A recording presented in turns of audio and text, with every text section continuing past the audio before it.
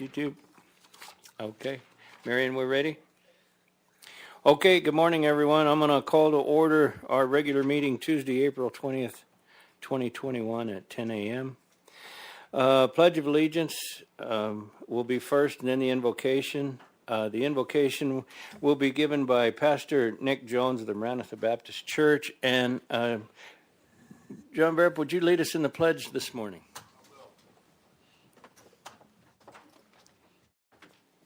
Pledge allegiance to the flag of the United States of America and to the republic for which it stands, one nation, under God, indivisible, with liberty and justice for all.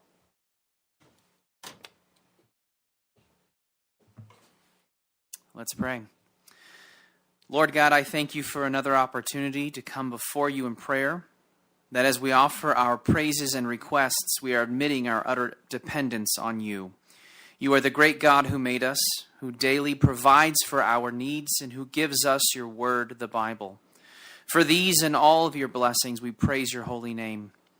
Father, we pray for our community, our leaders, our schools, and our first responders. We ask for your protection and guidance as they carry out their daily tasks. We pray for our government officials, local, state, and federal, that as they lead, they would do so with servant hearts. We pray for our president, that you would direct his steps as he leads our country. This morning, O God, we ask that you bless these proceedings, that this meeting would be done in a spirit of charity, that leaders would remember the people whom they serve, and ultimately, Lord, that you would be glorified in this time. I offer this prayer in Jesus' most precious name. Amen. Thank you. Thank you very much.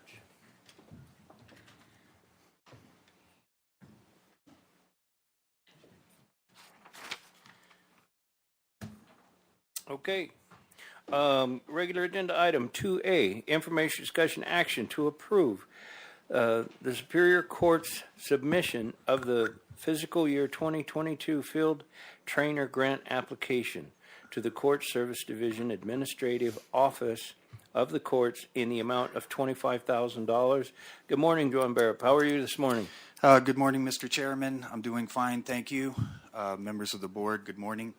Before you today is the court's FY22 field training. Do we do? Hello, Dave, we got a... I think we're okay. Okay, you okay? All right. Before you today is the court's FY22 field trainer grant application. This position delivers court-specific training to all of our courts in the county, from the Hayden Magistrate Court to the Pace and Justice Court. And it also serves as a conduit for new automation information coming from the administrative office out to the county level. Automation is currently, in large part, driving our business. In 2019, our limited jurisdiction courts, that's our justice courts, magistrate courts, and municipal courts, rolled out a new case management system. In 2020, the state launched a new protective order portal called AZ Point. And from 2019 through the current day, Superior Court is still moving towards a completely digital environment through e-filing. So this field trainer position delivers training to staff and information to leadership to support those significant projects and many, many other projects that are less significant in nature or scope. So with all that said, we are seeking the grant for another fiscal year, and I'd be pleased to take any questions. Thank you very much, Supervisor Christensen. Any questions? No questions, thank you. Supervisor Klein? Neither do I. Sound like a good deal. Thanks. Thank you. I have no questions either, so I will call for motion. Mr. Chairman, I move to approve the Superior Court submission of the fiscal year 2022 field training grant application as presented. And I'll second that. Having a motion second, all in favor do so by saying aye. Aye. Aye. Aye. Item was approved unanimously. Thank you very much. Thank you. Okay, regular agenda item 2B, information discussion action to adopt resolution number 21-04-03, accepting a grant of easement for that portion of Old Ray Road recorded as fee number 2021-001331 Gila County Records and shown an easement number 2 on record of survey map number 5317, Gila County Records, establishing the road as a primitive road, accepting it into the Gila County Primitive Road System, and authorizing the execution of the primitive road easement. Good morning, Homero Villa. Good morning, Chairman Humphrey, Supervisor Christensen, and Klein. Good to be with you again. Little history on this road, Old Rye Road. It follows Rye Creek, and it starts at the beginning of the turnoff to Gila, and it finds its way to Jake's Corner. Part of it sometimes is known as Forest Service Road 184. We know it as Old Rye Road. Okay. So last year, a minor land division survey determined that a parcel of land adjacent to Old Rye Road included a portion of road that was outside of the recorded right-of-way. The property owner was very gracious, Mrs. Brownlee and her surveyor, and they granted the county an easement on the portion of road that was not included in the Book 30 of real estate deeds. So this is an ongoing effort to clean up our survey data and our map data for roads, and it's an effort that Scott Warren and Steve Sanders spend significant time undertaking. The new easement has been recorded, and that's the reason we're in front of you. Old Rye Road has been previously designated a primitive road, and what we're trying to do here is to correct what's included in that primitive road by adding this small easement. So Old Rye Road is in the county's primitive road system. The new easement is for a small triangular section of land that's about 1,200 square feet. It's a very small section. It's been granted to us. And so we want to take action to include that in the primitive road. So the resolution will include a new easement area that was not previously included in Book 30 of Real Estate Deeds. The Old Rye Road does meet the requirements for a guideline to primitive roads. In fact, it's been a primitive road for a number of years in Gila County. So the easement has been granted.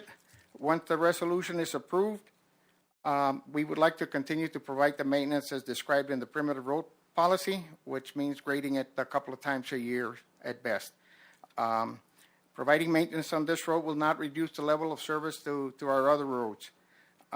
We're recommending that you approve and adopt resolution number 21-04-03, accepting a roadway easement for Old Rye Road and redesignating it as a primitive road. If you have questions, happy to answer them. Thank you, Homero. Supervisor Christensen, do you have any questions? Thank you, Chairman. No, Homero, thanks for that presentation. Supervisor Klein, any questions? Yeah, so I think this is a really good deal, and it's really good to clean it up and get it right. But how are we doing it as a primitive road before we got this easement granted to us, or we just... We actually, that section of road that runs through this private property, Old Rye Road runs through various private properties as it winds its way through the Forest Service. Actually, we have a fee simple for that property that was, Scott Warren told me this morning that we got about 100 years ago for $100. Really? Back in 1920. Yeah. So we've owned actually that portion of the road that winds through this private property, but it's that triangular section where the road, sometimes it doesn't really follow the easement, and in that particular case, they're doing a minor land division. I'm assuming the owner is getting ready to sell, and he just wants the easement and the road to be aligned perfectly. Sure. I think it's a really good deal, Homer, and I think it's good when we can take these roads, especially when it's adjacent to that kind of private property in holdings. And, you know, when we talk about the twice-a-year maintenance, it'd also be good we do it more than twice a year. So that's my 2 cents worth. Thank you, Mr. Chair. Yeah, I ditto Supervisor Klein. It's great to get these old spurs cleaned up. You know, I mean, it's like they come up every once in a while, and it seems like pretty regularly we're cleaning up some of this stuff. So I appreciate the work very, very much on doing that. And so I will call for a motion. Mr. Chair, I'd like to make the motion to adopt resolution number 21-04-03. And I will second that. Having a motion, a second, all in favor, do so by saying aye. Aye. Aye. Aye. Item passed unanimously. Going to regular agenda item C, information discussion action to approve intergovernmental agreement number 012621 with the town of Miami, whereby Gila County will provide maintenance of Mackey Camp Road for the period of 1 calendar year after the execution of the IGA, with up to 3 additional 1-year extensions by mutual agreement of the parties. Homero, again, you're on. Thank you. Another historical item. We all know that the citizens of the Mackey Camp, around Mackey Camp Road, have wanted the county and the town to maintain that road for a great number of years. And so we're bringing to you an approval, for your approval, an intergovernment agreement with the town of Miami for maintenance of South Mackey Camp Road. It's an area west of Miami. This road that we're proposing to include to our perimeter road system is about 2,160 feet long. 60% of that road, 1,300 feet, is in Miami, town of Miami jurisdiction. The other 860 feet is in the county. Residents have requested maintenance from Gila County and from the town for a long period of time. The road does cross numerous parcels of private land. In fact, it crosses seven parcels that would need to grant easements to the county before we could maintain that road. But as soon as the easements were to be granted, and with the approval of the resolution, we could start maintenance of that road. The initial maintenance activity that would take place to bring that road into condition where we could maintain it would be something in the order of $23,362. Not really an estimate when it goes down to that level of detail, but it's an estimate that had been provided by the road department, and it would include adding material. This is an initial time, material, and using a blader and a front end loader to distribute the material. That would be shared 60-40. The town would pay 60%, the county would pay 40%. After that, we would be treating it as a primitive road, blading it rather in an infrequent basis, but also as needed. If there's an emergency, a storm or whatever, then we take appropriate actions and we will split the cost 60-40. There is positive news on the easements. We have received 5 easements that have been approved. There's 7. One, a property owner was asking for a parcel swap with the town of Miami. The town of Miami approved that, so I expect that number 6 to be in our hands sometime soon. And the 7th, we just haven't contacted the person. We send registered mail, it gets returned, nobody opened it, and we just need to find that person and get that easement. I think that this is doable. In times past, when the county has attempted to do something like this, it was very difficult to get all the easements. I think we're looking at something that's very doable right now. So we would like to ask for your approval of the resolution, and the resolution includes the IGA. I'm sorry. We're asking that you approve the IGA with the town of Miami.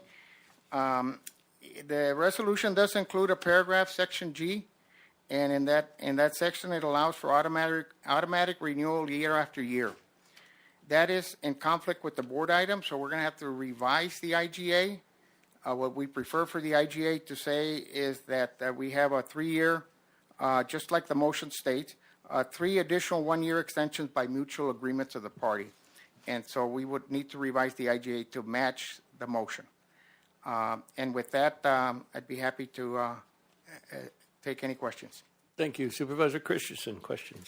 Thank you, Chairman. Do you know approximately how many people travel on this road, or how many people will be affected by the improvement of this road? It serves probably between 20 to 30 families in that area. Okay. We have not done a traffic count. It's not a significant count, therefore it's a primitive road status. Okay.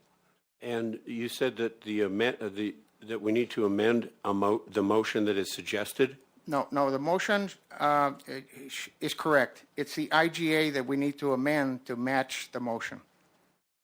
Okay. Does The that motion- need to be the motion is included? Does correct. that need to be included in the motion? Mm-mm. No. Bring back a revised, just as stated, but to bring back. Okay. Thank you, Homero. Thank you. Supervisor Klein? Thank you, Mr. Chair. This is another good deal, and I think it's a needed deal. That one property owner that you have yet to get a hold of, are they in the town of Miami or are they in the county? That property. Town of Miami. So is the town helping you on that? I just called the town this morning, and that's where I got the good news from them that number 6 is a go. And he said he's ready to help us do whatever needs to be done to reach out to that individual. Good deal. So looking at the IGA, there's no reason for it not to go through then at this point. That's right. We want to have the IGA in place. The IGA does state no maintenance work gets done until we get all the easements. This will be another good addition to our primitive road system, so it's good. Thanks, Homero. Yeah, Homero, thank you very much. This has been a big sore thumb in my district because there's a lot of misunderstanding. Apparently, maybe they used to do it, whether Forest Service did it or the county did it. And nowadays, we have to be transparent on the things that we do. And so it's been extremely difficult getting an IGA, and as you say, at this point, we still don't have all the easements. And so if a month or two goes by and we don't get the easements, then, the county has failed in helping the people at Mackey Camp, where really we have not. We have spent a lot of time and effort and looking at this to try to help with it and work with the town of Miami and the people to help bring that road in. And so, we've taken a lot of beatings on this road, but we've done a lot of work to try to help as we can. So I appreciate your energy and effort in working this IGA. And I understand the town of Miami approved it before it even came to us, and we approve it. And that's all great with the towns, but until we get the easements, then Mackey Camp is still without good road maintenance. So I appreciate it very much. And if there's no further comments, I'll call for a motion. Yes, sir, Mr. Chairman. I would like to move to adopt the intergovernmental agreement number 012621 with the town of Miami, and that the IGA be revised as presented. Mr. Chair, I'll second that. Having a motion and a second, all in favor do so by saying aye. Aye. Aye. Aye. Item was approved unanimously. Thank you very much, Amaro. Thank you. Okay, moving on to regular agenda item 2D, information discussion action to approve the use of a cooperative purchasing agreement between the City of Flagstaff Cooperative and governmentaljobs.com Incorporated, DBA NEOGOV, in the amount not to exceed $46,366.10 to utilize NEOGOV's application tracking system for 36 months. Alan Bolzomi? You got it right. First All time. right. Cool. Welcome. Thank you. Thank you, Mr. Chairman. I'm Alan Bolzomi. I'm interim Human Resource Director. And what we're presenting today is the request to purchase a program called NeoGov. NeoGov is a very unique program in that it was designed for governments. It wasn't designed for the public. It was designed for government entities. Basically, Hida County's current application process is manual. If you want to apply for a job, you go to our website, you print out the application, you fill it out, you bring it in, or you mail it in, or fax it in. This will eliminate the need to touch the paper. And one of the great things about that is we just found out that it qualifies under the CARES Act and the American Rescue Plan as a very simple prerequisite for COVID funds. It eliminates people from touching it. What the study showed that if one person touches a piece of paper, by the time it makes it through the whole route, 10 people have touched it and could have been exposed to all kinds of stuff.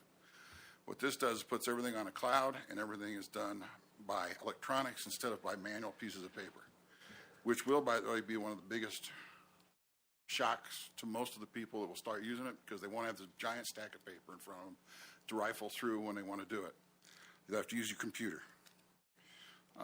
Quickly on the overhead, when applicants go in to look for jobs, once we've installed this, they'll go into Gila County, they'll press on employment, and they'll go to what this is called as a landing page.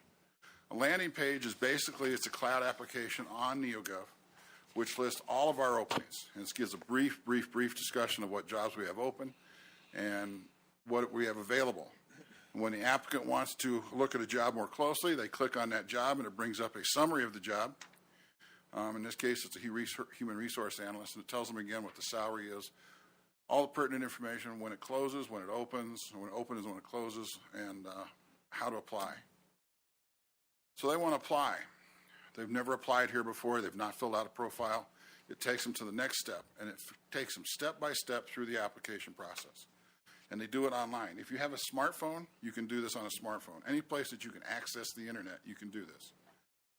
We will have computers set up in our lobby, as well as some computers in Payson, so that people can come in and do it. If they don't have a computer and they're more comfortable with a computer, they can do it on a computer. But I've seen people use iPhones and Androids to fill out these applications. They take you step through step, and you fill it out with all the questions, and then you hit submit, and that goes in. Now, the great thing about this is, let's say the job hasn't closed yet, and you say, oh, I forgot something. You go back into your profile, you add it, resubmit. So you can change your profile up until the closing date. Once you've selected the candidates to be interviewed, right now someone has to call those people to schedule the interviews. The system will do that. It will do, if you use the electronic scheduling, which, believe me, it does help. Somebody was shooting at me. It does help tremendously. Most of the departments I've dealt with in the past that started using the schedule couldn't believe how much easier it was than having somebody call all the time. And the individual applicants then can schedule the times that's available to them on that system, and they can schedule their own interview time. The other thing is it shows job interest cards, which I'll get to in a minute, and link to social media. It'll push it out all over the place. One of the things we're going to be using is Insight, which is NeoGov's nationwide, worldwide network. They have anywhere from 1,500 to 2,000 people on that site looking for jobs all the time. So we can use that to go in and look for people if we want to. This is one of the best features of the system for applicants. You fill out a job card. I'm interested in accounting jobs in Gila County, any accounting job, and you electronically submit that card. Every time we have an accounting job that meets that qualification, that card come open, it sends that person an email or a text saying, job's open, do you want to apply? They click apply and they're done. So they don't have to fill out another application. They don't have to come down and talk to us. They just fill out, they hit submit. Why NeoGov? It eliminates paper applications. It automates the screening of minimum qualifications so that you don't have to do it manually. It decreases the time to hire. That's the big push or big plus to the system. It reduces the amount of time that we do when we do screening and things like that. It minimizes physical contact and modernizes communications with text messaging, email, and offline scheduling. Again, why NeoGov? Because it was designed for governments. It hides all your personal data when you're an applicant. It generates reports for EEO reporting automatically.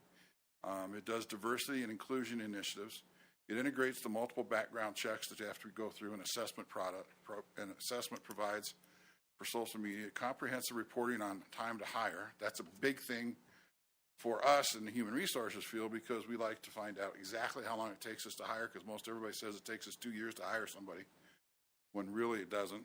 And so we can show exactly from the time the department submits the application or submits the request to hire until the end. This is one of the reports that allows us to do that. We can track everybody on this. I know it's difficult to see, but this shows all of the jobs in a department. I've got 6 positions open. I've got 1 that's in process. I've got 3 people that are going to interviews. I've got 3 people with offers. So at one push of the button or on one screen, a department can see all its vacancies and what's happening with them, where they are in the process. They can also see who's holding up the process. Again, electronic approval. So if I've submitted a request for an HR analyst, once I approve it, then it goes to either budget for budget approval or it goes to the county manager for his approval. So I can see whose desk it's sitting on before it gets back to HR to post the position. So if I want to call somebody. Recruitment evaluation steps, you can see where we are in the process. Again, it shows you who has applied, who's failed the minimum qualifications, who hasn't, and where we're going. It provides rating matrices. Matrix is hard to say. So we can go in and look and see what the interview questions were, what the responses were, the notes were from the people that did the interviews. It keeps track of that. It has reporting analytics. This is another good one for in-house use that's really helped a lot of HR departments. You can see how many jobs have been filled, where they are in the process, and how many are not in moving forward, so that we can move those forward by contacting people. This is one I always liked. There's talent search. We can go into their database and say, I want to hire a specialized type of position. I can go and search their database for people that qualify for that. And I can request them to apply. I can send them an email, hey, we've got a job open, please apply to us. So you can actually scour the country looking for people that meet your particular qualifications. The other one that I like is, I've always been famous for stealing other people's stuff, other governments. Job descriptions, salary schedules. We call people every day. Can you send me your job description on this position? Can you send me your salary schedule? If they have NeoGov, I just go and look it up. Their job descriptions, their salary schedules, everything's online. So we can stop pestering each other about information we need. We just go get it. And that's NeoGov. It kind of brings us one step closer to the 21st century on electronics in HR. Thank you very, very much. Supervisor Christensen, questions, comments? Yes, thank you, Mr. Chairman. So, Mr. Bluzomi, do you work for Gila County or Flagstaff? No, I work for interim professional manager. Okay, all right, I understand. So I do have some questions. This is not a purchase. We don't purchase the software. It's more of a use fee. You lease their software. Okay. Lease the use of it. Okay, and then let's say there's an applicant that wants to apply for more than one position. Is that possible within this program? It's so easy. All I do is Just keep clicking on different jobs they're interested. profile in. All you have to do is hit one button, apply, Okay. Now, which is a plus and a minus. I would have to say, what is, say, the cost to value? You've given us the value of this program and the cost, and so I guess maybe I would direct my question to Manager Menlove, whether the cost of value is apparent here for the Gila County. Mr. Chairman, Supervisor Christensen, this is a matter of being able to interact with the public. So saying is dollar for dollar, are we saving this much time for how much we're investing is not so clear, because we are providing a service to the public that enables them to interact with Gila County better, so that we can hire the best people available and to be able to have that information more readily at our hands. So it's a matter of getting, not only giving the public an easier path to apply and to apply for more jobs instead of having to submit a separate application all the time, but to find more applicants so that we can have a higher number of applicants to select from, which I believe will improve our quality of employees. Not that we don't have great employees, but to ensure that we have great employees that we continue with. So, does that answer your question? Yes, I think so. I think what you're saying is that the value is there for the cost, is what you're saying. Absolutely. Okay. Yes, sir. What you'll find is you'll have a lot more people applying for jobs now with my process. Sorry, I must have hit it. You'll have a lot more people applying for jobs now that probably wouldn't have, because they're not going to fill out a manual application. Okay. There's a lot of people that go in and say, yeah, I'll just go to the next place. And after 36 months, we just renew, or? It's an annual renewal. Okay. Do you anticipate costs changing after 36 months? or- I'm sure it will probably go up a small percentage, but I see. In my experience at a previous place, it didn't go up that much. Okay. All right. Thank you. That's all I have. Thank you. Supervisor Klein. Thank you, Mr. Chair. So, Alan, in 36 months, we'll be paying the same or a little bit more for this. I mean, this is only good for 36 months for the 46,000 or whatever it is there. Right. They gave us a pretty good deal for the first 3 years. Okay. But annually, there's no Annually. upgrade costs or anything like that?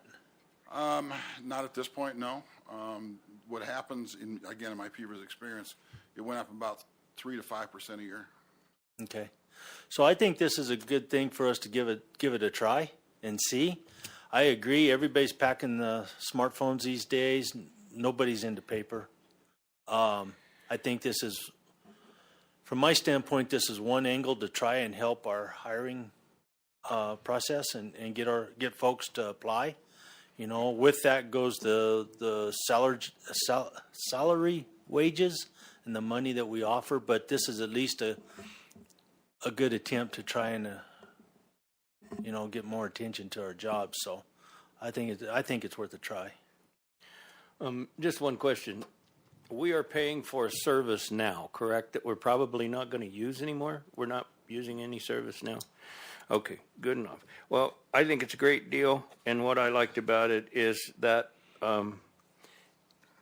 if we receive a good applicant, it holds on to that application, and if there's a job come up with that experience needed, then it'll call that person back, because I've had a lot of feedback that people put in an application, and if they don't get that particular job, it's gone. They have to reapply for every job.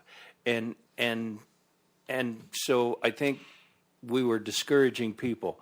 So I thank you very much for bringing that to us. That'll allow people, for us to search for people and people to search for us. And once we find them and get them in the system, we retain them, and either they get tired of hearing from us or they get a job somewhere else. So I think it's a great deal. Thank you very much. And if there's no, Mr. Minlow. Mr. Chairman, members of the board, just want to add that our HR, what we've done in the past has been mostly stand back and wait. We list a job on our web page for the county, and then we wait for applicants. Like you said, a piece of paper for one job that goes away once that job is filled. This is a proactive measure to be able to reach out to people.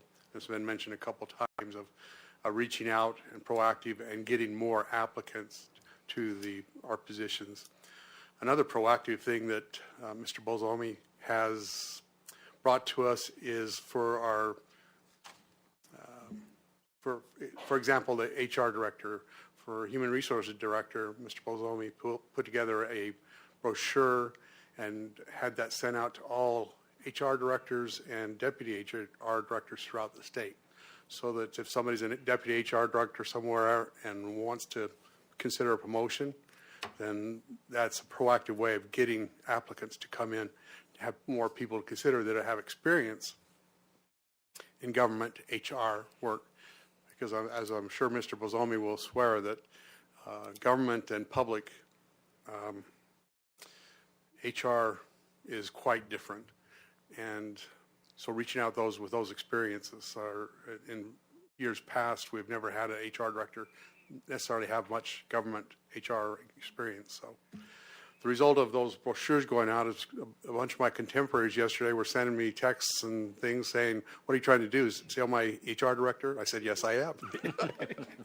So good things going on that Mr. Bozomi has brought to us, and I appreciate him and his service to Gila County. Thank you very much. If there's no further comments, I'll call for a motion. Mr. Chair, I'd like to make the motion to approve the use of a cooperative purchasing agreement between the City of Flagstaff Cooperative and GovernmentJobs.com Incorporated, DBA NeoGov as presented. And I will second. Having a motion and a second, all in favor do so by saying aye. Aye. Aye. Aye. Item was approved unanimously. Thank you very much. Okay, moving on to 2E, information discussion action to approve amendment number 2 to service agreement number 022419 with Advantage Home Performance to extend the terms of the contract for one additional year from April 2nd, 2021 to April 1st, 2022. Increase the contract amount by $124,897 for a new not to exceed contract amount of $374,436 and add language pertaining to the Israel boycott certification. Good morning, Melissa. How are you today? I'm well, thank you. Chairman Humphrey, members of the board, this is a contract with a contractor that does our weatherization, and it's specific to our weatherization. They hold all the certifications for that program, and we have used them in the past, and it's been very successful for the last couple of years. So I'm here to ask you to approve this amendment, number 2. Okay. Any questions, Supervisor Christensen? Just one, thank you. What is Israel boycott certification? Is that the name of the company, or? That's and perhaps Jessica could answer that. That's something that has to be in the contract. Mr. Chairman, Supervisor Christensen, the state several years ago passed, it was when there was some international relations with Israel, and there were some governments that were boycotting Israel because of some of their decisions. The state of Arizona, our legislature passed legislation that prohibited Arizona to and local governments to be involved with any companies that are boycotting Israel. So this is a state law that we cannot do business with companies that boycott Israel for any reason. Okay, thanks for clarifying that. Thank you, Melissa. Thank you. Supervisor Klein. Thank you, Mr. Chair. Thanks, Melissa. So this amendment will bring it to basically a total of $374,436 is what we're talking. Yes, sir. And so for the this third year. This is the third year, and this is all the grant money that we've had. we get for weatherization. Yeah. Okay. So good deal. This is good. Thank you, Mr. Chair. Okay, I guess I have a question. Service agreement with whom? Or that's just money you get to spend as you see necessary? No, Or that's a service agreement with a particular company? with the company Advantage Home Performance, Okay. And they do the work? and they do the work. Okay. Is that up for, I guess, someone else to bid on that contract or something at some point in time? I mean, I realize that they have to have all the qualifications. We continuously reach out Okay. to contractors, Okay. especially local ones. It is a kind of, for lack of a better word, convoluted program. Yes. And we try to do the best we can and raise up our own, so to speak. And we have in the past, but it's just become so paperwork heavy, Yes. for lack of a better word. They specialize in this, and that's all they do. Okay. Okay. Yeah, no, I And was that's just, why we've had to go outside of Gila County sure, sure. in order to keep the program moving. Okay, yeah, no, because the program and the service to the constituents are the main thing. My question was just, anytime we're given money, I just want to be sure that there's not a competitive process going on as well. So No, Yeah. there is a constant, and we belong to a state weatherization association. Right. We try to, and we're down to, in the state, a handful of companies that can do this work, actually. Yeah. Oh yeah, no, I understand all the red tape, but okay. So- thank you very much. Go ahead, Supervisor. Thank you, Mr. Chair. So that prompted a question, Melissa. So we don't have anyone in Gila County that does this type of work? Is that? No, not currently. Is there any companies out there that's maybe gearing up to get into this type of business that you know of? I guess what Not I'm at getting this at is, point. I'd like to see our money spent locally. I would too. That's the bottom line. I would too. So this kind of started 2008, 2009 with that big influx of dollars that we had.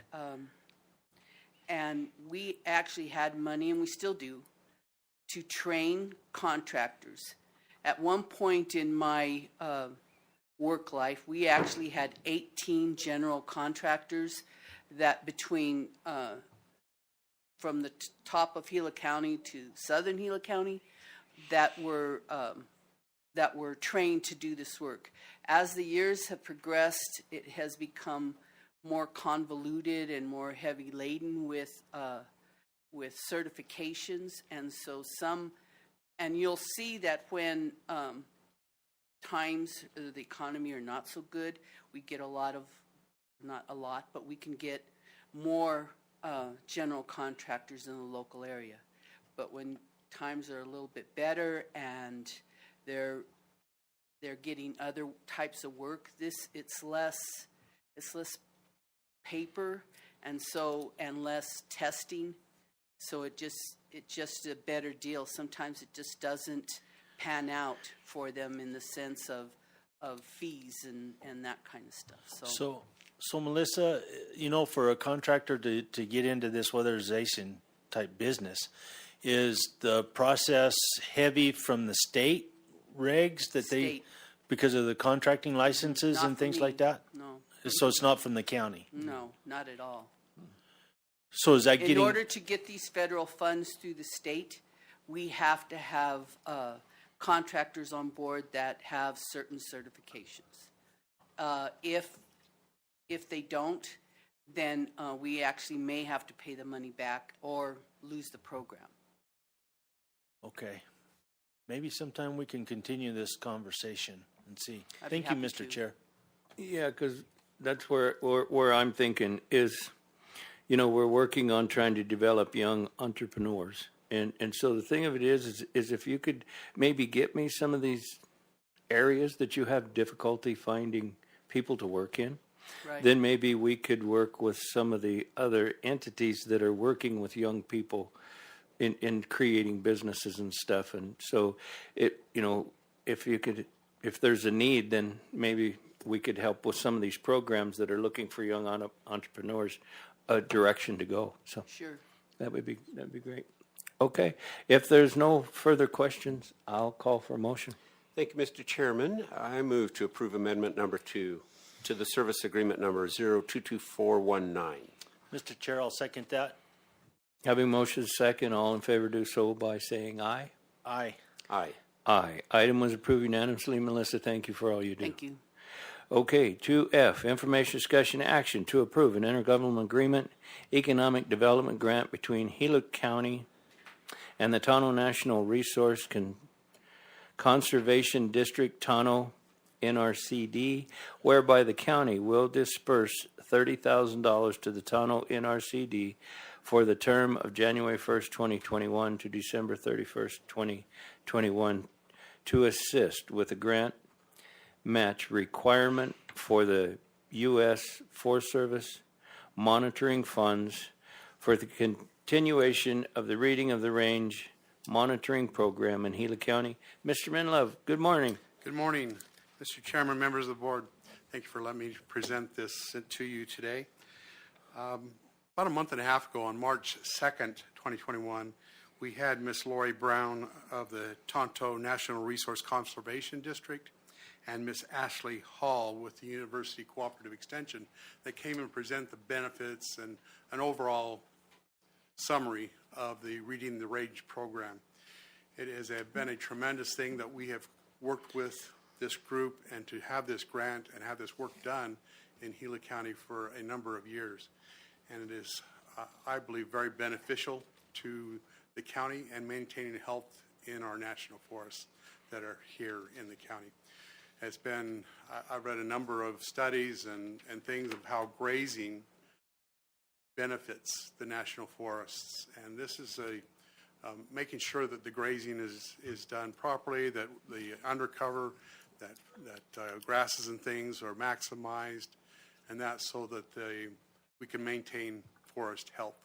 I'm sure Supervisor Klein can give more details than I'm able to. I'm an accountant, not a forester. But I believe it's a great program, and there's only, of this $30,000, it's only required a 5% state and local government funding match. And so the 30,000 is that 5% match. And available to answer any questions. Well, thank you. Supervisor Christensen, do you have any questions? Yes, thank you. I just wonder, is this something new or a continuation? Mr. Chairman, Supervisor Christensen, is a continuation.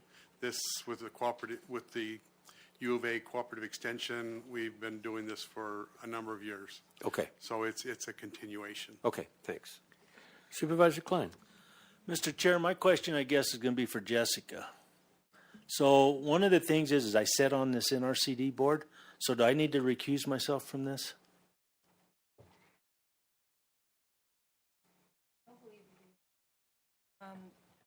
How did you participate in the meeting?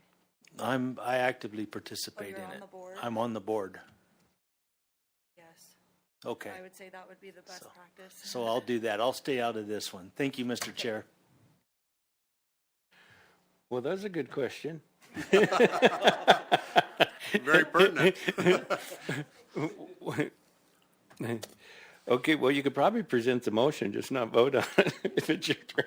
I think it's probably Supervisor Christensen. That Anyway. would go Okay, ahead yeah, and no, make the motion. we're good. If there's no further questions, I'll call for a motion. Mr. Chairman, I move to approve the intergovernment agreement economic development grant between Gila County and the Tano Natural Resource Conservation District as presented by Mr. Menlove. I'll second that motion. Having a motion second, all in favor do so by saying aye. Aye. Aye. Item was approved by two of us, for one was unable to, for the board. Thank you very much. Thank you very Appreciate much, that. Mr. Minlove. You bet. Okay, 2G, information, discussion, action to adopt resolution number 21-04-04 in support of the gaming grant application in the amount of $18,921.80 submitted by the Hells Gate Fire District to the Fort McDowell Yavapai Nation to purchase 6 new mobile radios. Mary Springer, good morning. Good morning, Mr. Chairman, member. Can you hear me? Ken. Oh, there I go. Okay, good morning, Mr. Chairman, members, supervisors. Hopefully we have Chief Morris in Payson. This actually is a grant that they have prepared for the Fort McDowell Yavapai Nation, and it's for gaming grants. So I'd like to turn the time over to Chief Morris. Good morning, Mr. Morris. Good morning. How's everybody doing this morning? Good. Very good. Appreciate this opportunity to be able to come to the board to make a quick presentation. As you are very well aware of, that Hells Gate Fire District, because we are a taxing entity, we are not one of the 3 described entities in the state to be able to apply directly for Prop 202 funding. We're not a town, city, or the county. And in the past, Hells Gate has worked successfully with Gila County to be able to sponsor the fire district for funding from different Indian tribes. In the past, we have successfully written some grants through different tribes.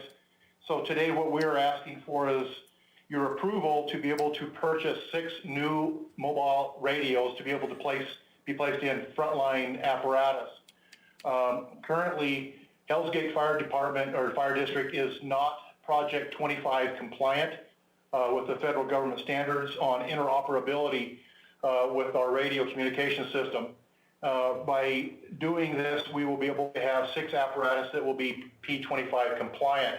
This will allow us to be able to seek grants from FEMA and other entities on a regular basis, where in the past we have not been able to do so. Thank you. Supervisor Christensen, comments, questions? Thank you, Chairman. Thank you for your presentation. I have no questions. Okay, Supervisor Klein. Neither do I. It's a good deal. Okay, thank you very much, and I will call for motion. Mr. Chair, I move to adopt resolution number 21-0404. I will second that. Having a motion and a second, all in favor do so by saying aye. Aye. Aye. Aye. Item was approved unanimously. Thank you. Moving Thank on. you very much. Thank you very much. Moving on to 2H, information, discussion, action to adopt resolution number 21-04 2023-05 in support of a grant application in the amount of $34,602.78 that is being submitted to the Fort McDowell Yavapai Nation by the Pine Strawberry Fire District, authorizing Gila County to act as a financial agent for the Pine Strawberry Fire District and agreeing to accept funding from the Fort McDowell Yavapai Nation on behalf of the Pine Strawberry Fire District. Mary Springer, again. Thank you, Mr. Chairman, members, supervisors. And again, we have Chief Wisner here from Pine Strawberry Fire District. And I'd like to turn this over to him so he can describe the project. Good morning. Good morning, Board of Supervisors. In the interest of your time, I will just say ditto to what Chief Morris said for many of the same reasons. We're here today. We too are asking for radios from the Fort McDowell Yavapai Nation in the Prop 202 grant. In their particular grant, they require a resolution upfront from the pass-through organization, which Gila County would need to be that for us in this grant. So it's very important to us that you support this. So as that pass-through organization so that we can get that resolution in with our grant. And as always, I thank you for your help and cooperation in this.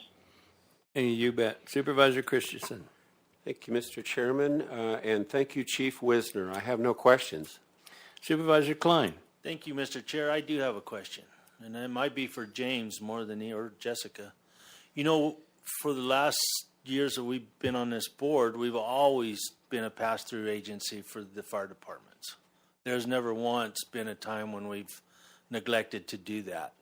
And every time they've got to come in here and present to us and resolutions and so forth like that. So is there, I'm just throwing this out on the table, is there some other process where we can just be automatically their pass-through agent for these types of grants to where we're not burning up?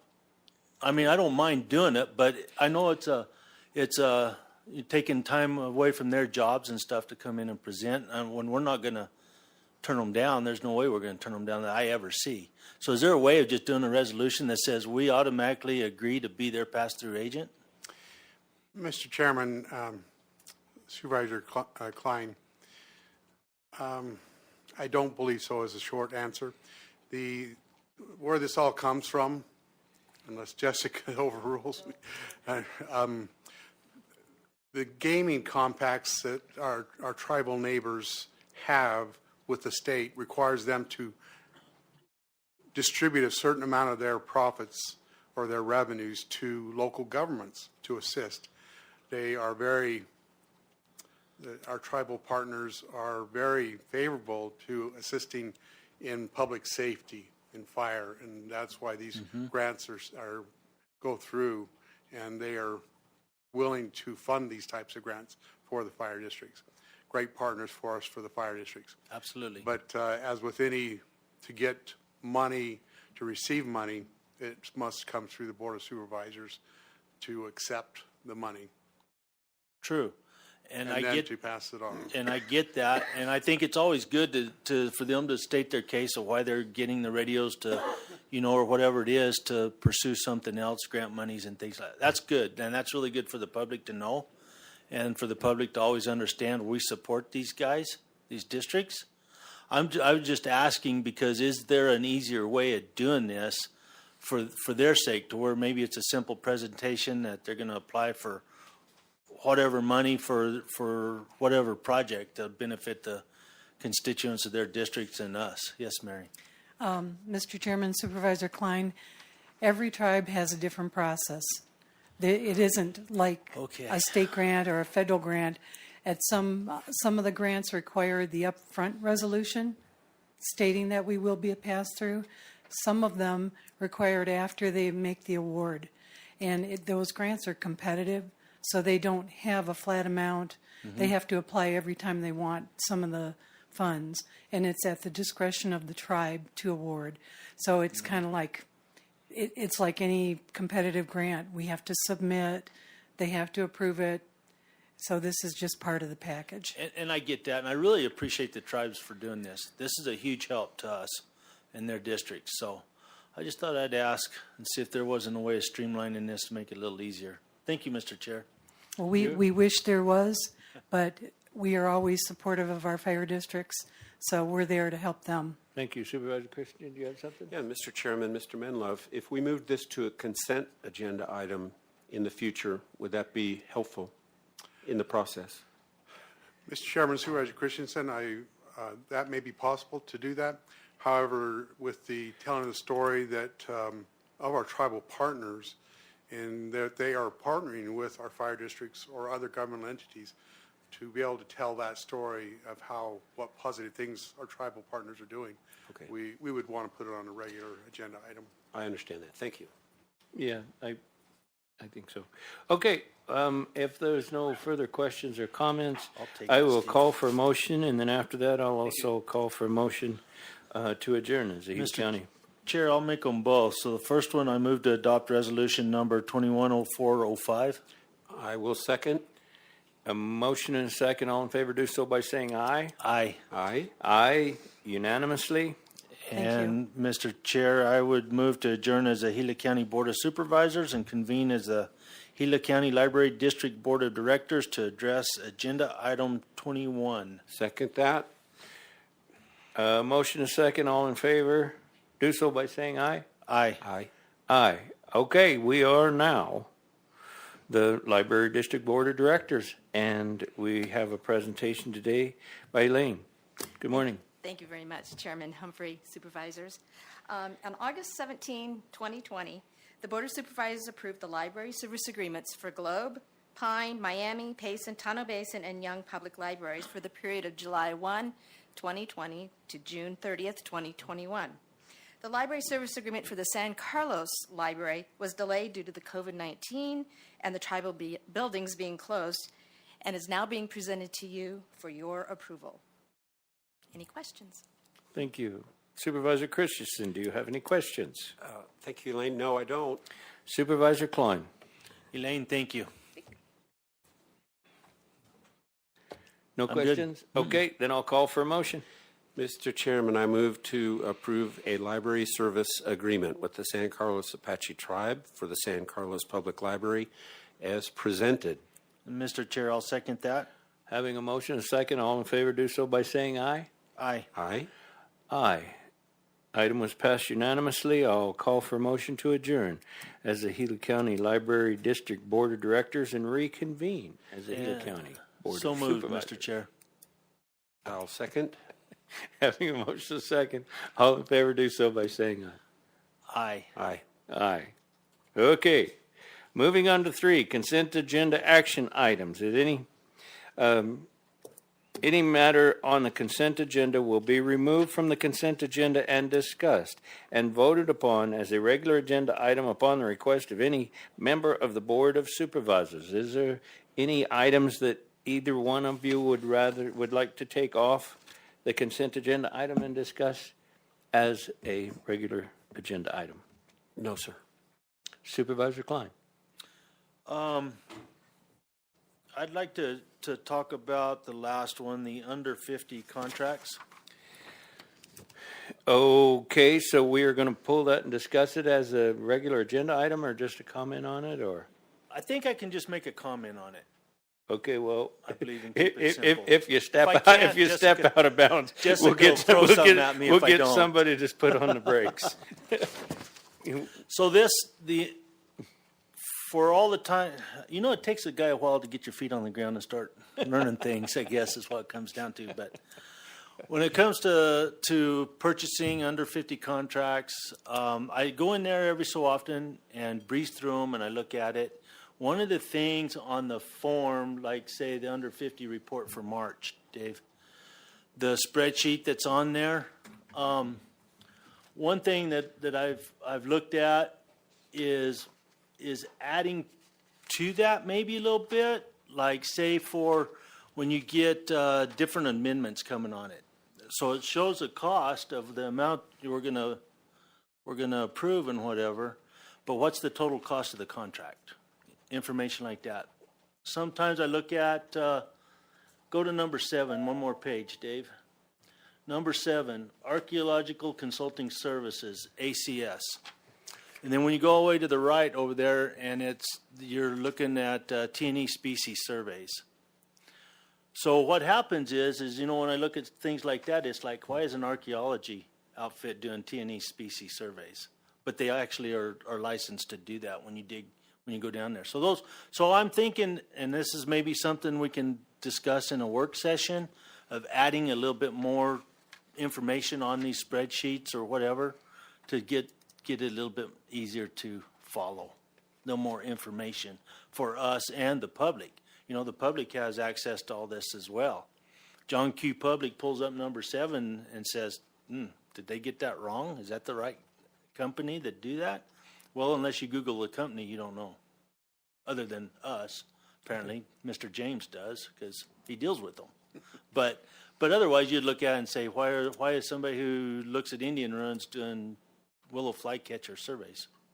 So it's just things like this that I'd really like to look at. Also, when you go into amendments and you look at the way things continue in time, kind of like Melissa's agenda item earlier, where we approved another amendment to bump it up to a higher amount, I'd like to have that on this spreadsheet. But I'd like to just see if we can sometime have it for a work session discussion and be able to talk about more. Mr. Minlow. Mr. Chairman, if I might respond to Supervisor Klein's. Well, the thing of it is I guess my question is if you respond, do we need to pull it as a regular agenda, or can Mr. Minlove make a comment to Supervisor Klein's comments without us pulling it, or do we need to just say let's have a work session on it, or where are we at? I think it's appropriate for both of them to make a comment. Okay. Just solicit anybody else who wants to make a comment. Just checking. Thank you. Mr. Minlove, go ahead. Thank you, Mr. Chairman. So in our policies we have that were recently approved within the last year by completely revised policies, there's a section that says that any contract that we have that continues and is exactly the same as the contract, the value and those things, that does not have to come back to the Board of Supervisors, that the county manager can sign those contracts because they are just a continuation of what has existed and what has existed by the previous contract approved by the board. So Ms. Shepard and I have had a conversation about this in the last week or two of, is that, just like you're saying, Supervisor Klein, is that something that the public should expect, that the Board of Supervisors should expect, that even if it's more than the 50,000, even though it's a continuation, should that come back to the board? And we had a specific instance on the meeting today, and you've already mentioned it, Supervisor Klein, that in Melissa's presentation of that money, by our policy, I could have signed that. But it was our decision to bring that to the board because, number one, that's grant money is coming to help those that are lowest, our most needy residents in housing and those types of things. So we made the decision to include that in a regular agenda item just for the information to be able to go out to the public. So we are considering those with Ms. Shepard and I as the agenda is put together, and we'll try and we'll make sure that we are bringing that to the Board of Supervisors. There may be instances where we do need that to remain in the policies. I'm not sure what they would be at this point, but that we will do that so that those instances can be lessened. This one is the Tano Bridge. That's something that we have been doing ongoing, and it's just a process that we've been doing for a decade of that environmental, and it's one of those final steps so we can actually put shovels in the dirt and get that bridge going. So that's continuing. We're looking to, I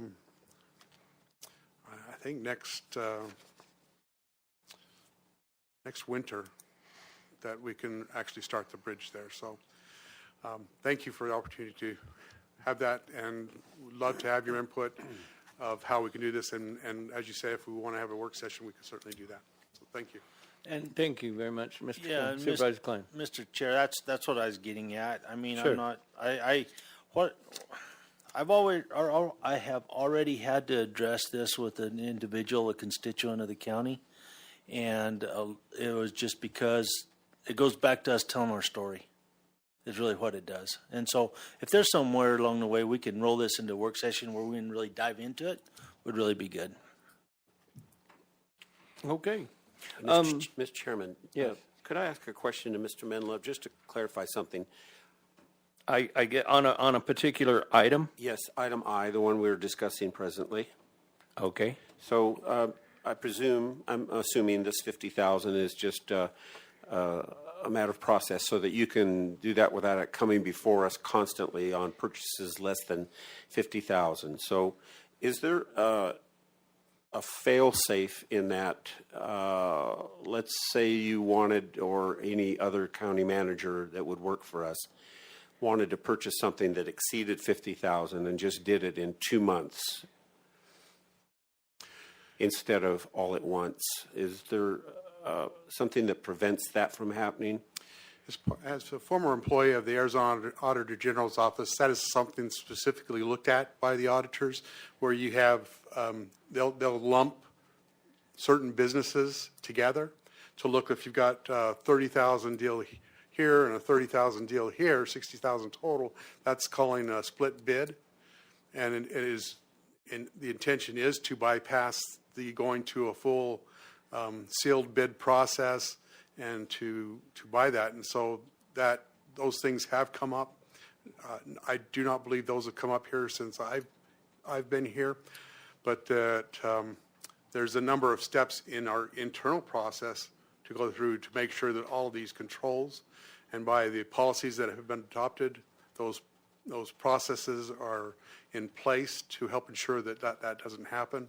And then on the back end, there is assurance given from the Arizona Auditor General as they do our financial statement on that they, when I was there, it was all paper, but we've seen today that we can go electronic, and Auditor Generals, they get a download of every transaction that we have transacted in the county for an entire year that they're auditing. And they can just manipulate or maneuver that data to tell if we are any indication of splitting purchases, just as you're saying. So internal controls and then an external evaluation and review. Thank you. Okay. Okay, I got to get one. Again, thank you, Arian and Missy, because on D, we have another over-the-counter tax sale on the property. So thank you, ladies, very much. It tickles me when these non-properties find a home and turn back into the tax rolls. So thank you, ladies, very much for that. And if there's no further comments, or we're not going to pull anything off today, I'll call for a motion to accept consent agenda item. Mr. Chairman, I move to approve the longest discussion content agenda item 3A through 3I. I'll second it. Having a motion and second, all in favor, do so by saying aye. Aye. Aye. Consent agenda items pass unanimously. Okay, moving on to 4. Call to the public. Do we have any public in Payson that would wish to address the board? No, sir. I see no public here. Do we have any public on YouTube that would care to address us?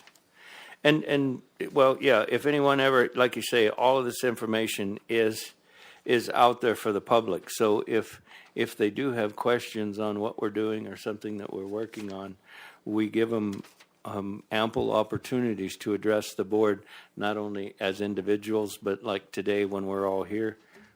Call us. Let us know you have a question. That's why it's called to the public.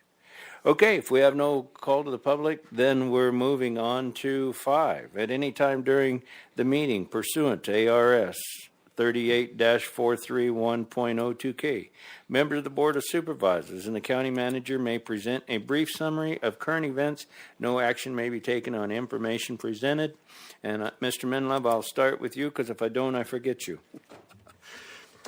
I don't know if that's good or bad that I'm forgotten. That's probably good.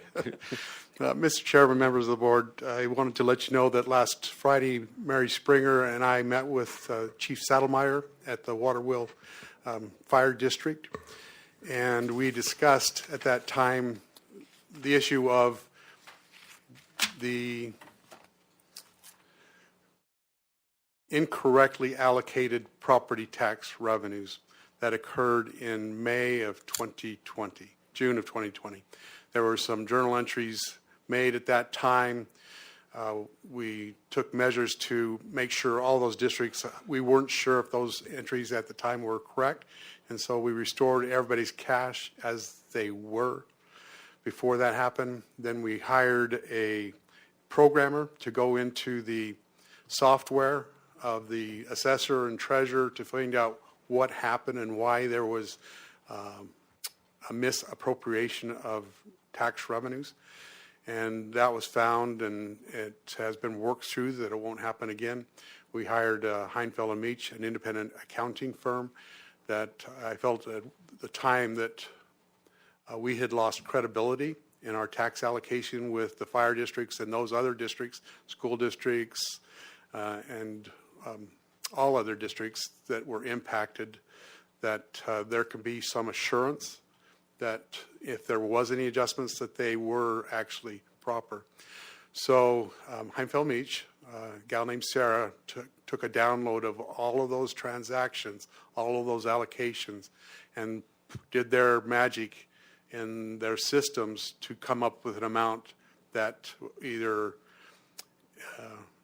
a district would receive additional revenues, or they would be their revenues that they did receive in the prior fiscal year 20, that those would be reduced. So our purpose in meeting with Chief Saddlemeyer was to go through that, walk through that in detail, having Sarah of Heinfeld and Meach on the call, and Mary and I, and then the board members for that fire district. And Waterville is standing to, their revenues are standing to be reduced by about $11,000, I believe, and that doesn't make them happy, of course, but I believe that they, at this point, their questions have been answered, and that we have walked through the process with them.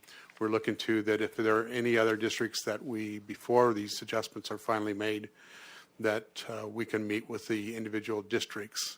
I know that the newly called Green Valley wastewater district, or what it's called there in Payson, that they do want to meet with us. They have a substantial amount that they owe. When the transaction is done, when the treasurer does the journal entry, the bottom line is zero. So it's not like whatever the districts are reduced by, that amount is going to other taxing entities. So it's just an in and an out. There's again, it's difficult when you're the one that has the out part of that equation. But have been working in meeting, have had a Zoom meeting with all the districts a couple months ago, and now looking to individual districts to answer questions. So I just want to let you make you aware of where we're at with that whole situation. It was kind of a big deal last June. And I want to let you know about the American Recovery Act monies that we are scheduled. We got instructions from the Treasury, and that was just that they have to have our routing numbers and those kinds of things to transfer the money to us. They've already had that, and we were ready, but we will be receiving by May 10th about $5.25 million. We have received no other guidance, direction from the Treasury Department of how those monies can be used, because there's certain legislation, they have about 4 buckets that they've specified, but the Treasury will come in and give details of how we can do that, what reporting required, and those types of things. So once we have that guidance from the Treasury Office, then we can come back to you as a Board of Supervisors to determine how those resources that have been extended to us by the federal government, how they will be used to benefit Gila County as a whole. Thank you. So that's mine, Mr. Chairman. Thank you very much. Appreciate your information. Supervisor Christensen.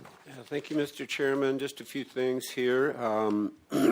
They're pouring concrete this morning on our new building in Payson. I don't know if it's a complete slab or not, but it is definitely completely prepped, it looks like, for the slab, so that's progress there.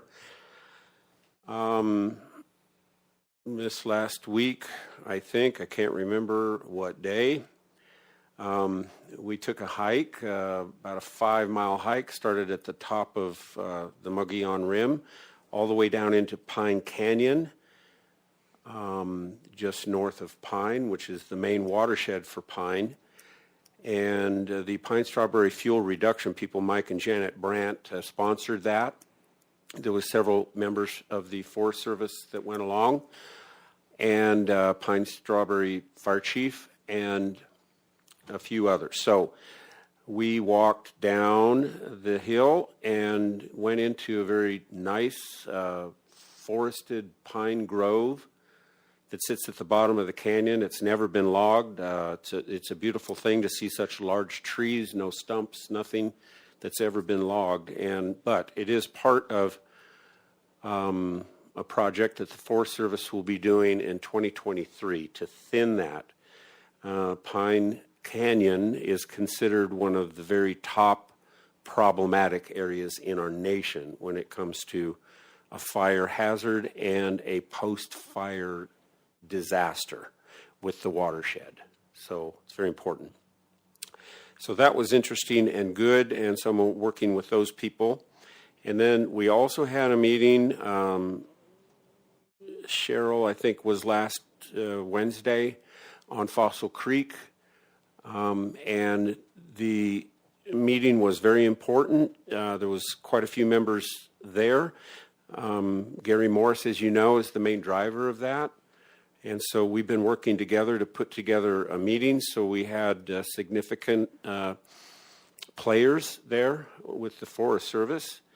And Homero was there, and we also had Steve Sanders and a few others there from Gila County. And we also had Congressman Gosar's office there. He was not able to attend himself, but his representatives did.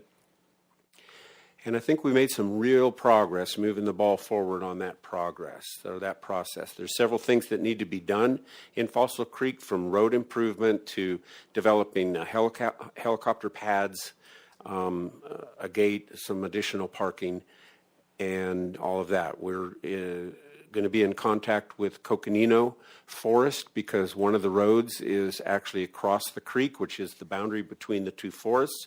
So we have to get permission from them to do work on the Flume Road. And then Gary Morris is going to be trying to set up a meeting for himself and myself to meet with the chairman of the Yavapai Apaches there in Camp Verde. So we've got a list of things that people are responsible for doing. That will be we already have another meeting scheduled in 6 weeks. So we didn't just have a feel-good meeting. We had here's your homework, go do it, and come back in 6 weeks. So I'm real excited about that. Thank you. Supervisor Klein. Thank you, Mr. Chair, and good to hear about Fossil Creek. So first off, I just wanted to say out there, looks like a gun rights bill that's going to go to Ducey. It's out there, and it's going to kind of back up our Second Amendment here for the state. It's HB 2111, and I would imagine that Ducey will sign this. So that's good news for that. Other than that, last week I was part of a Cobra Valley Regional Medical Center interview regarding their strategic plan update. I spent about an hour on the phone with a lady that was in Tennessee. I just darn near didn't answer her call. I figured she's trying to sell me vehicle warranty or something like that, or insurance. But anyway, she's in Tennessee, and she's the one doing the interviews and asking questions.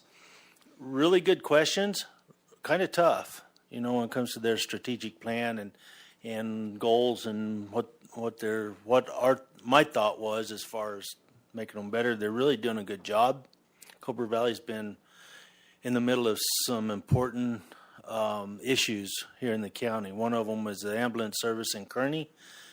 Neil has stepped out there, and the board and everybody's doing really good work. But anyway, as part of that interview, I was glad to be on it and glad to have a chance to help out with those questions. I was part of the CSA Board of Directors meeting last Thursday. That went well. Enjoyed that one. Last week, I had a gentleman come up from Gold Canyon. His name's Charlie Goff. He met me in Young. He was part of the Superstition Mountains project me and Kathy went to and participated in about 2 weeks ago, 2 or 3 weeks ago. Anyway, he came up to Young, wanted to sit down and visit with me more on this. Very interesting guy. He's an engineer, basically. And he has a lot of interest in the Superstition Mountains and what the future of the Superstition Mountains holds. So I know it backs right up against Tim's district. So I'm hoping, you know, Tim's going to jump in there and start participating in those meetings. I think it's going to be a really good process to be a part of anyway. A lot of Forest Service in the middle of it, along with BLM and state folks. So good group of people. And I'm glad Roy's here. So I'll mention our phone call yesterday, Roy. I brought it up before, meetings in the past that we have some schools in the county that has a hard time with funding. And I'll be the first to tell you all again is the funding process, budget process for schools is something I have a real hard time even coming close to figuring out. But anyway, I've offered to help in whatever ways Roy and whoever needs to do this. Well, yesterday we had what I thought was a really good Zoom call, a consortium of people, and basically it was Roy, our school superintendent, Jackie Clay, a superintendent from Cochise County, and an administrator out of Young and a finance lady from there. Cindy was on it from Roy's office. Nick was on it from Roy's office, myself, and a couple others. So what this really gets down to, and Roy, you're going to correct me if I'm wrong if I mess this up, but in the state, there's 14 school districts that's all underfunded, I should say, I guess, or not getting the money that they need to operate, basically. Those 14 school districts are all rural county school districts. We have 3 of them, Young, Tonto Basin, and Hayden. And I believe Cochise County has like 6 or 7 of some more, and then another county or 2 has them. So basically what this means is, in a nutshell, is through legislation there needs to be a way to fund these school districts to the level that the state says that they need to operate. Roy, would you please? Can you come up here, Roy? Wait, if you're going to comment, will you please come up to the microphone? Just going to say a couple things. Go right ahead. Thank you. The state establishes a revenue control limit that it's what the schools can operate on. Then the school says, this is what we need to collect in terms of taxes to meet this revenue control limit. Well, it turns out that these 14 small rural districts are in situations where the tax revenue will not support what the state says they're limit should be, revenue control limit should be. And in addition to that, they are tax capped. So they cannot simply generate the money that they need to operate, that the state says they should even have to operate. So what it does, it puts them in a situation where, because they're very small districts, where you're talking about Young, for example, you're talking about a $200,000 difference, okay? And they cannot go up. They can't tax anymore, but they can't generate the money with the taxes that are available.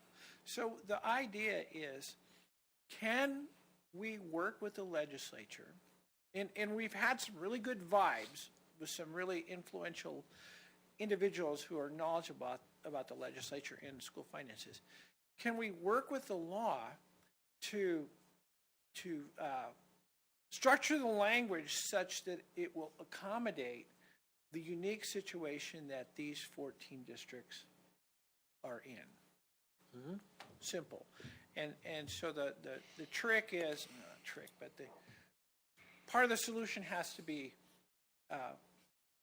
that the legislature doesn't think, oh man, as soon as we do this, a whole bunch of other districts are going to jump in, they're going to say we're underfunded, right? Because it's very unique. How do we structure it, present it? How do we have a champion in the legislature such that it accommodates these 14, but it addresses very specifically their unique situation, and it doesn't allow, there's not a change to the funding formula, so to speak. That makes sense? That help? Well, I tell you what, Roy, I mean, through the whole thing, it's hard to follow this process. It is so, hard to follow. I mean, most people will get bogged down in it. Yeah. And so what I have done is I've offered with Roy support to pursue this. And James, I've talked to you about this and our lobbyists. We need our help on our lobbyists on this, and we're going to have a Zoom next week. I'll be working with you on to get them scheduled to be a part of that. And so, for example, these 14 districts, you're talking about, I mean, what you say, the first thing people say is, well, what does it cost?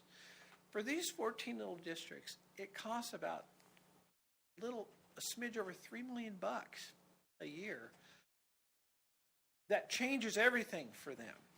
That they can't all generate on their own, but it would change everything for them because they're small. Yep. And they're also isolated. It's not like you can send them, kids at Young, it's not like you're going to send them somewhere else. To put them on a bus and send them to Payson would just be a train wreck. Right. So. Any questions or? No, I don't have any that you can answer. I mean, I have a lot of questions that maybe the state legislature can answer, but I don't have any you can answer right now, because we, I don't believe right off we can help them, but I think the state needs to change. If the state requires something, I'm thinking that the state needs to do some legislation changing. Yeah. Yeah, not talk on your cell phone, but let's fund some of these kids in their education. Once people understand, and even the legislators that we've talked to, like Mr. Cook, once they get it and realize that it's a real small group that are in a very unique situation, they're like, wow, we need to change this. It's just getting it through the whole process and the language right and that kind of thing. So where this is going to really run into us, basically in the future that I see, is working with CSA, lobbyists, stuff like that to support that change and to push our legislatures to do something. Yeah, we need to get support from CSA, and then it'll push a lot harder on legislation. But it's like anything else. If you the squeaky wheel gets the grease, and if it ain't squeaking, nobody even knows it exists. Yeah, and so we want to make sure that when we bring it before them, it's clear. So, CSA, ACO, treasurers, county superintendents, all of the ABC groups, that they clearly understand up front. So when it hits, it's not viewed as, they're trying to make a steal. Right. Yeah. Thank you, Roy. Agreed. Thank you very much. That's all I had, Mr. Chair. Okay, good enough. Well, I'm back in my community meetings. Held a community meeting at Roosevelt yesterday. Well received. A lot of people there. Our Senator Wendy Rogers was there, whom would be another one to reach out to on some of these issues, at least that one. And held a Southern Gila County preseason fire meeting. It was well attended. Attended an ACO transportation committee meeting, and going to be starting on the local radio in May. I was also interviewed with Community Hospital with Cobra Valley. I think it's great that they're interested in going forward and being a community partner and working to become a full-service hospital and going to do nothing but help the community. And so anyway, that's about all I have. And so if it didn't spark anything for anybody else, it did. Okay. Just real quick. So when you mentioned your fire meeting, your preseason fire meeting, and I was unable to attend. I apologize for that, but I was wrapped up.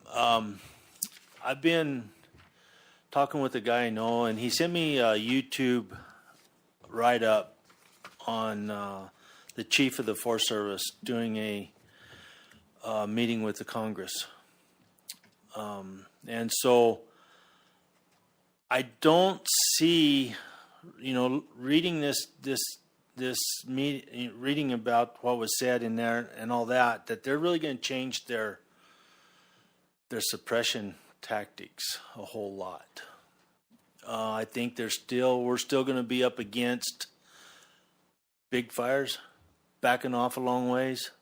The everything that has just hammered us in the last 5 years is not going to change this year. I don't see it.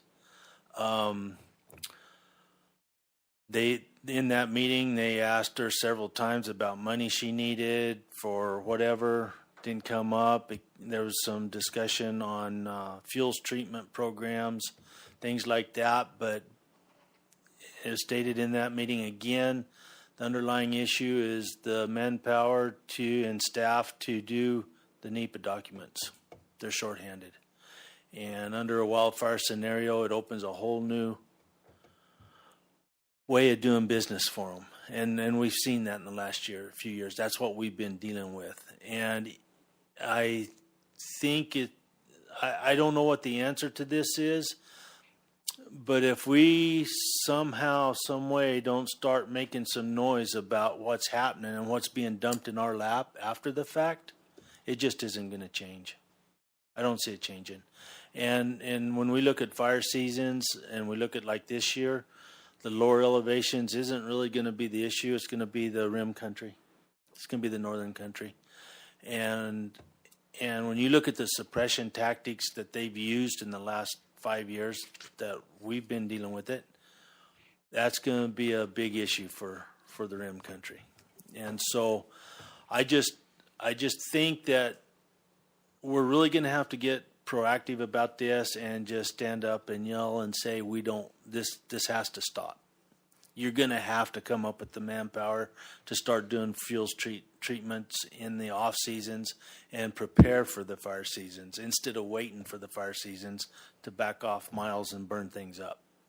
And so otherwise, I think we can complain and all we want to locally, and I don't think it's going to go I'll just say it ain't going anywhere. Things aren't going to change. So thank you, Mr. Chair. Thank you very much. And so I will adjourn today's meeting. Thank you all very much. Thank you, Mr. Chairman.